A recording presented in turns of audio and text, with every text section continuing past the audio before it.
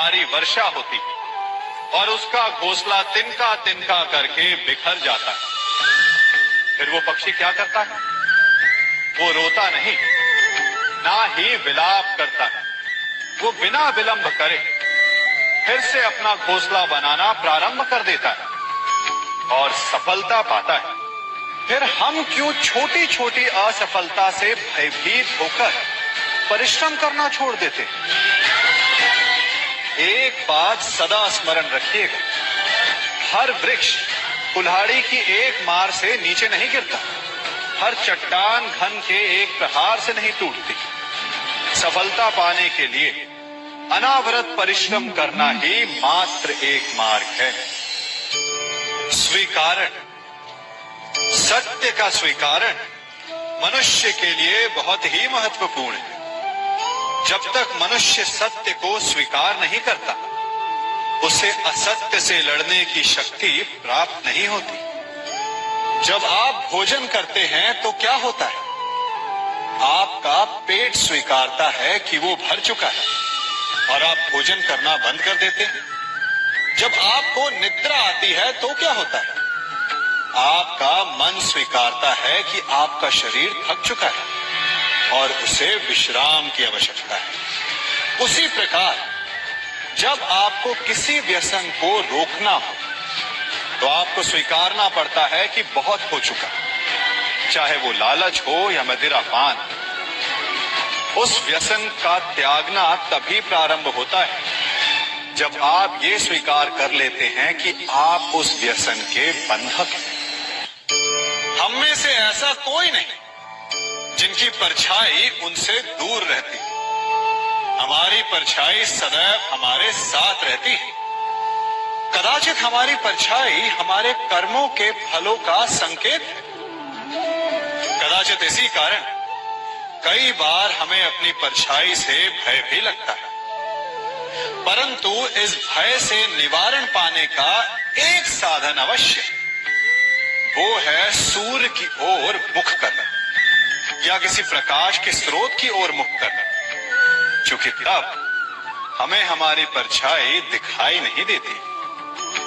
यदि इसे जीवन के संदर्भ में देखें तो ये प्रकाश का स्रोत शुभ कर्मों की चेतना है। यदि आपके मन में शुभ कर्म करने की इच्छा है तो आपको कभी भी अपने कर्मों के फल का भय नहीं होगा, क्योंकि यदि आपका मन शुद्ध होगा तो आपके कर्म शुद्ध होंगे और शुद्ध कर्मों का फल कभी अशुद्ध नहीं हो सकता। आज मैं आप सबको एक कथा सुनाता हूं। एक दिन प्रातः एक व्यापारी अपने घर से निकला। घर से निकलते ही एक बिल्ली ने उस व्यापारी का मार्ग काट दी। व्यापारी घबरा गया। वो फिर से घर लौट गया और शुभ घड़ी की प्रतीक्षा करने लगा। और जब वो पुनः अपने घर से निकला तब वो वाहन जा चुका था जिससे राजा तक पहुंचकर उसे भेंट देनी थी। राजा को भेंट नहीं मिली। राजा क्रोधित हो गए। राजा ने उस व्यापारी का व्यापार बंद करवा दिया। इस कारण व्यापारी क्रोधित होकर घर पर अपनी पत्नी से लड़ बैठा। पत्नी अपने बच्चों समेत मैके वापस चली गई और उस व्यापारी के जीवन में यदि कुछ रह गया था तो केवल अंधकार। और इन सब का कारण वो उस बिल्ली को मानता रहा जिसने उसका मार्ग काटा था। ऐसा ही एक दूसरा व्यापारी राजा को भेंट देने निकला और उस व्यापारी का मार्ग भी एक बिल्ली ने काट दिया। वो व्यापारी तनिक घबराया, परंतु उसने आगे बढ़ना अधिक उचित समझा। राजा तक वो समय पर पहुंचा।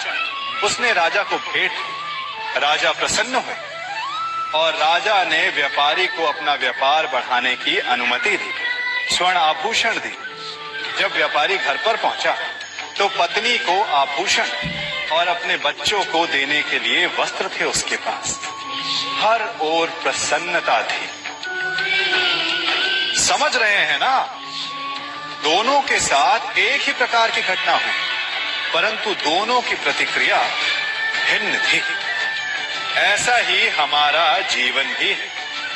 हमारे जीवन में प्रारब्ध का अपना स्थान है परंतु उससे कई अधिक महत्वपूर्ण हमारी प्रतिक्रिया, हमारे सोच का प्रभाव है, क्योंकि यही हमारे जीवन को आकार देते हैं। इसलिए अपनी सोच को सकारात्मक रखिए, आपका जीवन सदैव आनंदमय रहेगा। आप इन दो पात्रों को देख रहे हैं।